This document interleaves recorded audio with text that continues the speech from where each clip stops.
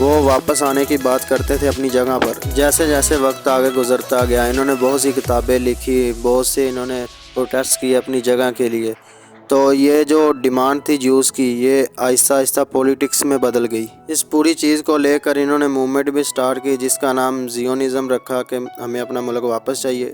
دیکھیے یہ سب چلتا رہا۔ پھر آتا ہے 1914 جب فرسٹ ورلڈ وار شروع ہونے والی تھی۔ ورلڈ وار میں جرمنی اور برٹین ایک دوسرے کے خلاف تھے، اور اوٹومن امپائر جو اس وقت عرب پر رول کر رہا تھا، سلطنت عثمانیہ، وہ جرمنی کے سپورٹ میں آ گیا۔ تو اب جو برٹین تھا اس کو بھی اپنے حمایتی چاہیے تھے، تو انہوں نے پلاننگ کی۔ انہوں نے رشیا، امریکہ کے جو جیوز تھے، یہودی تھے، ان کو وار میں اپنے ساتھ ملانے کے لیے زیونزم کو بہت زیادہ سپورٹ کیا۔ یہ چیز اتنی سٹرونگ طریقے سے برٹین نے کی، انہوں نے ایک ڈیکلیریشن بھی کیا، اس کو بیلفور ڈیکلیریشن بھی کہا جاتا ہے۔ اس میں لکھا گیا تھا his majesty government view the favour the establishment in فلسطین of a national home for the Jewish people.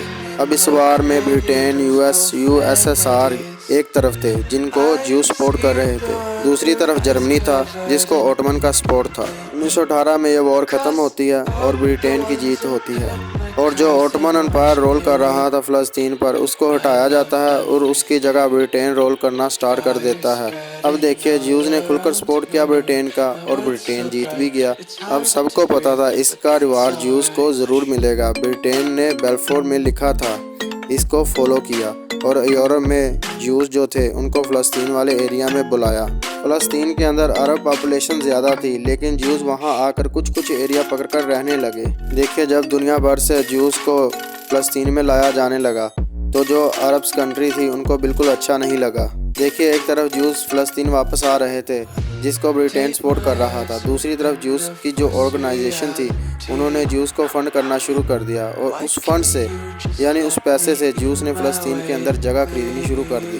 1878 کے اوٹومن سینس میں فلسطین ایریا کی جو ٹوٹل پاپولیشن تھی وہ 4,70,000 تھی، جس میں صرف جیوز 25,000 تھے۔ لیکن 1940 آتے آتے جیوز کی پاپولیشن 85,000 ہوگی اور آگے چل کے لاکھوں ہو گئی تھی۔ ایک طرف برٹین عرب سے کہتا ہے وہ وہاں امن امان چاہتا ہے، اور دوسری طرف جیوز کو فلسطین بھیج رہا تھا۔ اور 1922 میں ایک برٹین وائٹ پیپر ملا، پتہ چلا یہ برٹین جان بوجھ کر رہا تھا، جس سے اس کو کافی زیادہ فائدہ ہو رہا تھا۔ 1919 سے لے کر 1923 تک ایسٹرن یورپ سے 30,000 یہودی آئے۔ 1924 سے لے کر 1926 تک پولینڈ سے 50,000 یہودی آئے، اور 1933 سے لے کر 1936 تک 1,70,000 یہودی فلسطین میں آئے۔ یہودیوں کی طرف مجبوری بھی تھی واپس آنا، کیونکہ وہ بہت زیادہ ڈرے ہوئے تھے ہٹلر سے۔ ہٹلر کا رائز بہت تیزی سے ہو رہا تھا۔ ہٹلر کے انڈر جو بھی ایریا آتا تھا اس میں جو یہودی ہوتے تھے اس کو مارا جا رہا تھا، کیونکہ ہٹلر ایک کرسچن تھا، اس لیے بہت نفرت تھی۔ اور ایک اور بات، یہودی جو تھے وہ بیاج کا کام کرتے تھے جس کو کرسچن صحیح نہیں مانتے، اس وجہ سے لوگ مارتے تھے، لوٹتے تھے، اور جو یہودی یورپ میں رہتے تھے ان سے زمین چھینی جانے لگی اور کہیں بھی پبلک پلیسز میں الاؤڈ نہیں تھے۔ اور پھر کچھ لاز آئے جس میں جیوز نان جیوز سے شادی نہیں کر سکتے، اور ان کی سٹیزن شپ بھی چھین لی گئی۔ ان کو ایک سیکنڈ کلاس سٹیزن کی طرح ٹریٹ کیا جانے لگا۔ انفیکٹ ورلڈ وار 2 کے ٹائم میں بھی ہولوکاسٹ ہوا تھا جس میں 60 لاکھ یہودی مارا گیا تھا۔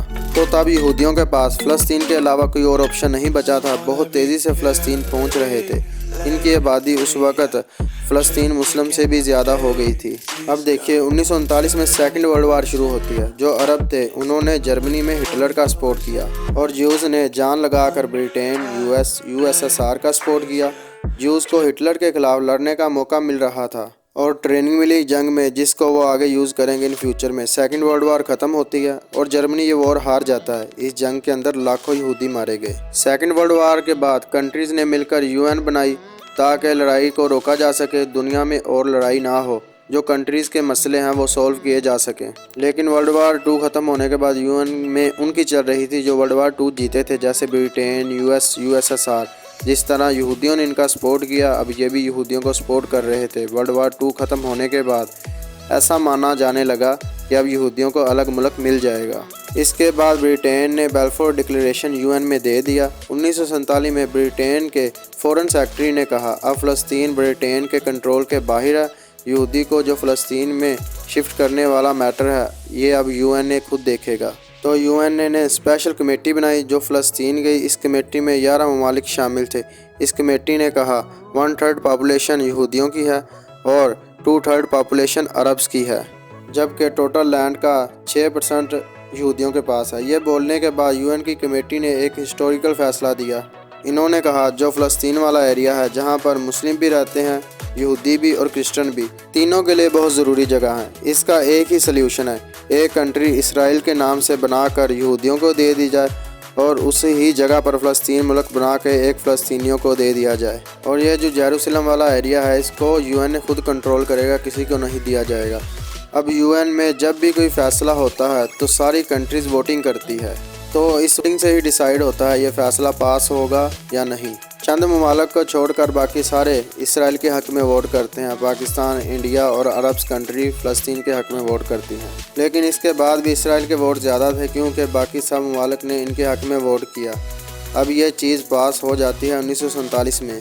UN ڈیوائیڈ کر کے اب میپ ریلیز کرتا ہے، اس طریقے سے اس ایریا کی تقسیم ہوگی۔ لیکن اس فیصلے سے پہلے 1946 میں میپ تھا، اس میں جو وائٹ والا حصہ ہے دیکھیے یہاں یہودی پاپولیشن تھی، لیکن جو UN نے تقسیم کی بہت ہی شوکنگ تھی کیونکہ اسرائیل کو وہ بھی ایریا ملا جہاں یہودی نہیں رہتے تھے۔ یہ آفیشیل میپ تھا جو UN نے ریلیز کیا۔ تقسیم کے حساب سے یلو والا حصہ یروشلم ہے، اس کو UN نے خود کنٹرول کرے گا۔ تو UN نے یہ تقسیم کی تھی، اس سے عرب ممالک بالکل خوش نہیں تھے، لیکن جیوز بہت خوش تھے۔ اس ایریا پہ برٹین کی حکومت تھی تو وہ اس ایریا کو اس تقسیم کے بعد چھوڑ کر چلے جاتے ہیں۔ اس کے جانے کے بعد عرب کنٹری، عرب ممالک یعنی ایجپٹ، سیریا، جارڈن، سعودی، یمن، لبنان، عراق، یہ سب ہوئے۔ انہوں نے اسرائیل کے ساتھ جنگ شروع کر دی۔ سب کو لگ رہا تھا اسرائیل اب ختم ہو جائے گا، بہت ممالک ہیں جو ان پر حملہ کر رہے ہیں، لیکن اس کا الٹا ہوا۔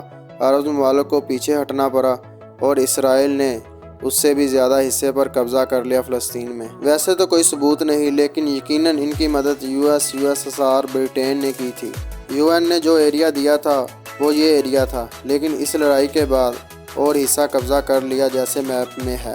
اس کے بعد 1950 آتا ہے اور اسرائیل ایک لا پاس کرتا ہے جس کو کہا جاتا ہے لا آف ریٹرن۔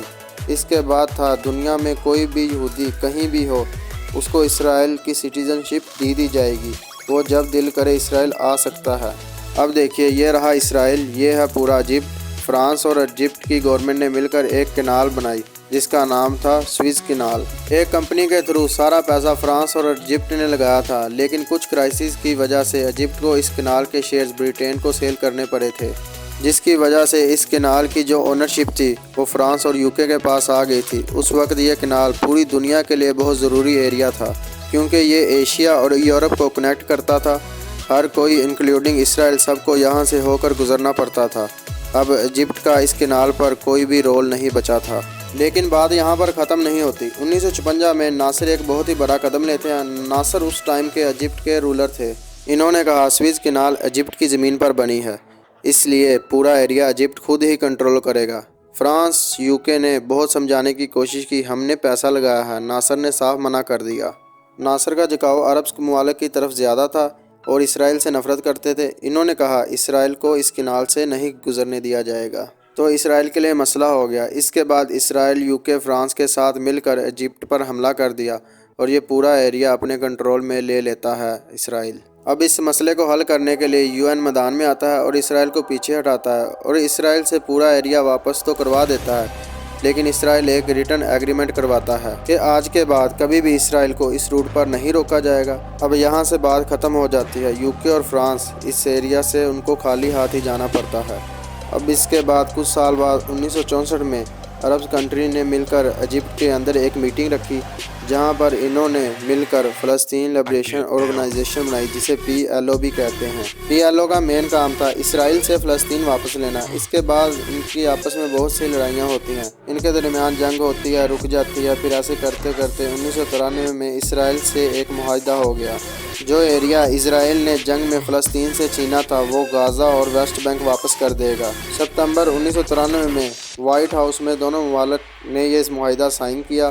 اب سب کو لگ رہا تھا اب کوئی جنگ نہیں ہوگی۔ لیکن اس معاہدے کے بعد بھی اسرائیل نے کچھ بھی فالو نہیں کیا اور غزہ کے اندر اپنے لوگ بھیجتا رہا۔ تو اس طرح جو فلسطین کے عام لوگ تھے وہ کہنے لگ گئے اس طرح پی ایل او اسرائیل کے چکر میں پھنس کے سب کچھ خراب کر دے گا۔ تو یہاں سے ایک نئے گروپ کی انٹری ہوتی ہے۔ فلسطین کے کچھ لوگ اٹھ کر حماس نام کی ایک آرگنائزیشن بناتے ہیں اور یہ اسرائیل کے ساتھ گوریلا وار کرتے ہیں اور باقی سارے عرب ممالک حماس کو سپورٹ کرتے ہیں۔ صرف وہ یروشلم والے ایریا کی وجہ سے ہی ان کی لڑائی ہے۔ ہر کوئی کہتا ہے وہ ایریا ہمارا ہو ہمارا ہو۔ انڈیا جو ہے پہلے فلسطین کی سپورٹ کرتا تھا۔ یہ مہاتما گاندھی کے ایگزیکٹ ورڈز ہیں۔ فلسطین عربوں کا ہے جس طرح انگلینڈ انگلش کا ہے، فرانس فرنچ کا۔ اس سے پہلے جب بھی ووٹنگ ہوتی تھی تو انڈیا فلسطین کا سپورٹ کرتا تھا۔ اب اس حملے کی بات کرتے ہیں جو 7 اکتوبر 2023 کو ہوا۔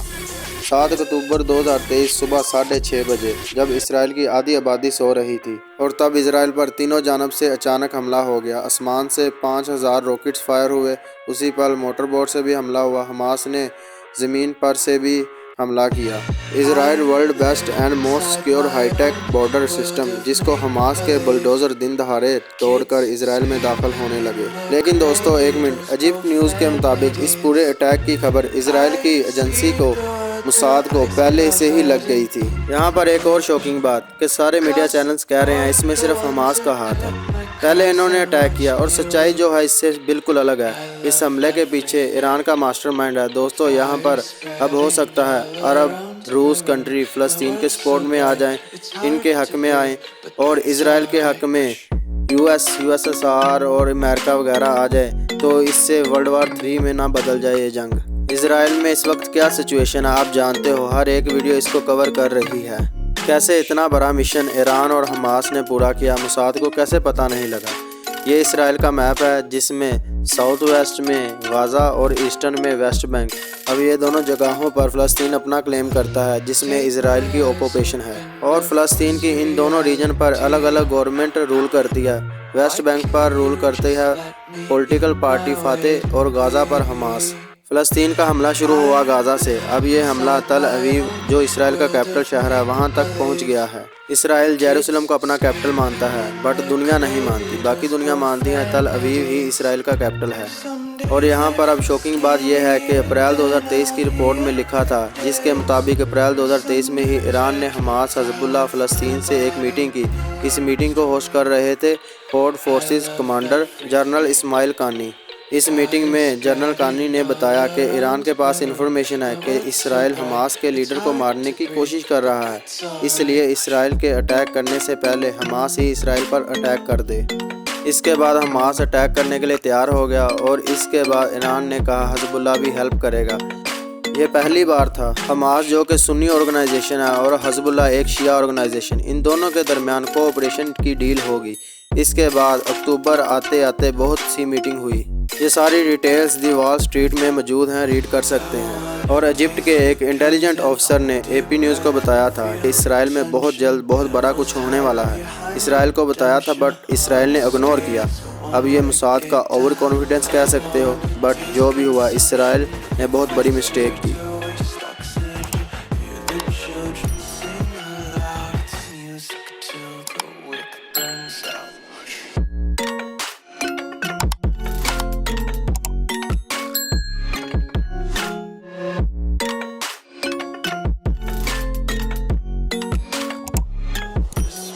Be carefree lately, yeah. Just kicking up daisies. Got one too many quarters in my pockets. Count 'em like the 4-leaf clovers in my locket. Untied laces, yeah. Just tripping on daydreams. Got dirty little lullabies playing on repeat. Might as well just ride around the nursery and count sheep.